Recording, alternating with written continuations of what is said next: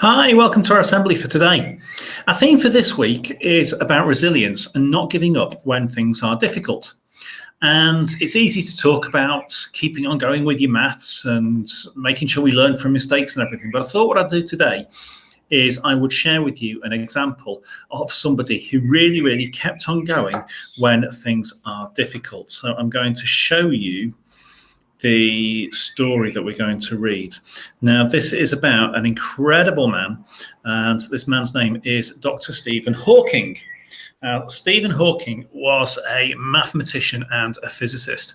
Very clever chap, but he had a lot of difficulties in his life, and we're going to read a little bit about those today, and partly because these Little People Big Dreams books are just really cool, and we like a good book at Wincham. So, little Stephen was born in Oxford, England, just as a great world war was raging. And at night, he'd look up at the stars and wonder what else was out there. I wonder how many of you have done that sort of thing. His parents loved science, as did Stephen and his 3 siblings. They all ate dinner with a knife, fork, and a good book, and they would talk about the books that they'd read. Now, Stephen was never top of the class. But at school, everyone called him Einstein, like the famous scientist. And one day he built a computer from clock parts and an old telephone. How amazing is that? Now, I know that some of you might have things like Raspberry Pis at home and you can build your own computer parts. But think about when this happened. Back in the 1950s. That's amazing that that could happen then. Curiosity always came before schoolwork with Stephen, but still, he made it into the best universities in England, Oxford and Cambridge. He wanted to solve the mysteries of the universe.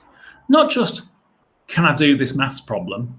But he wanted to work out some really big stuff that you're not going to find easy. So think about some maths that you guys have found difficult. I was talking to some of the children in Oak's class recently about the equivalent fractions work and the ordering fractions, and it was not easy, but they managed it in the space of a lesson. Now, I reckon most of you have done all of your maths in one lesson, because that's how your teachers plan it for you. They plan all of the work so that you can finish it before playtime or before lunchtime.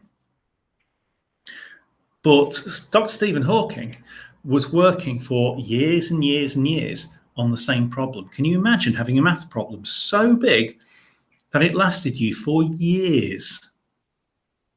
Stephen was busy enjoying himself studying cosmology when suddenly he started dropping things and tripping over for no reason. Even his speech became hard to understand.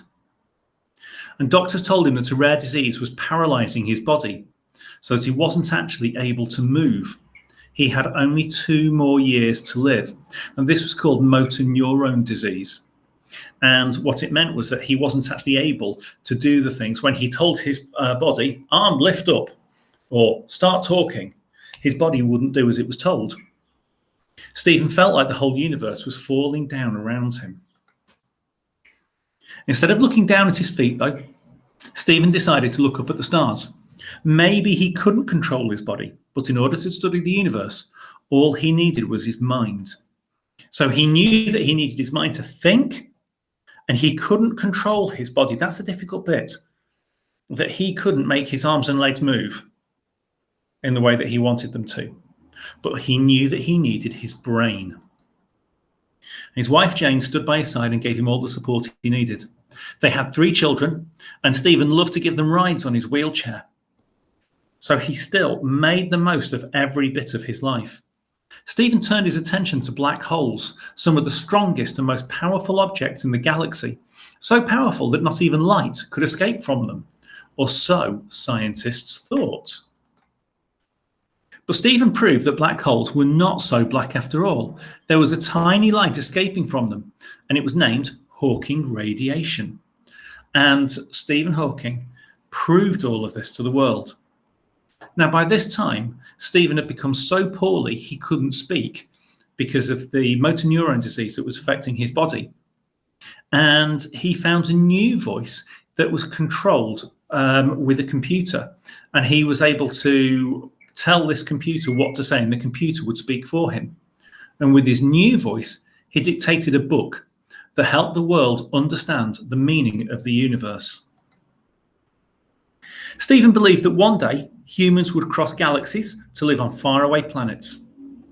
He celebrated his 65th birthday by taking a zero-gravity ride with a team of astronauts, leaving his wheelchair for the first time in 40 years. So he went up in a rocket and was able to experience what it was like with no gravity. So he was stuck in a wheelchair for 40 years. Now remember, he was told he was only going to live for another 2 years, but he managed to defy all of that and live for 40 more years. And because he spent all of his life studying space, he went up with those astronauts and he left his wheelchair in zero gravity. Now, by becoming the most brilliant scientist of today, little Stephen made an amazing discovery. However difficult life may seem, there is always something you can do and succeed at. So our thing with resilience here is that little Stephen there grew to be this incredibly intelligent person who worked as hard as he possibly could. And despite his difficulties, despite his motor neuron disease, he still succeeded at everything that he put his mind to. And that is the real meaning of that resilience, that you can be struggling with something, you can find something difficult, but there is always something that you can do. There is always something that you can succeed at. So let's try and be like Stephen Hawking today. Let's be determined. Let's try to do our best, be the best person that we can possibly be. And no matter what our difficulties are, we're still going to work at it and overcome them. Okay? Have a lovely day, guys. See you later. Bye-bye.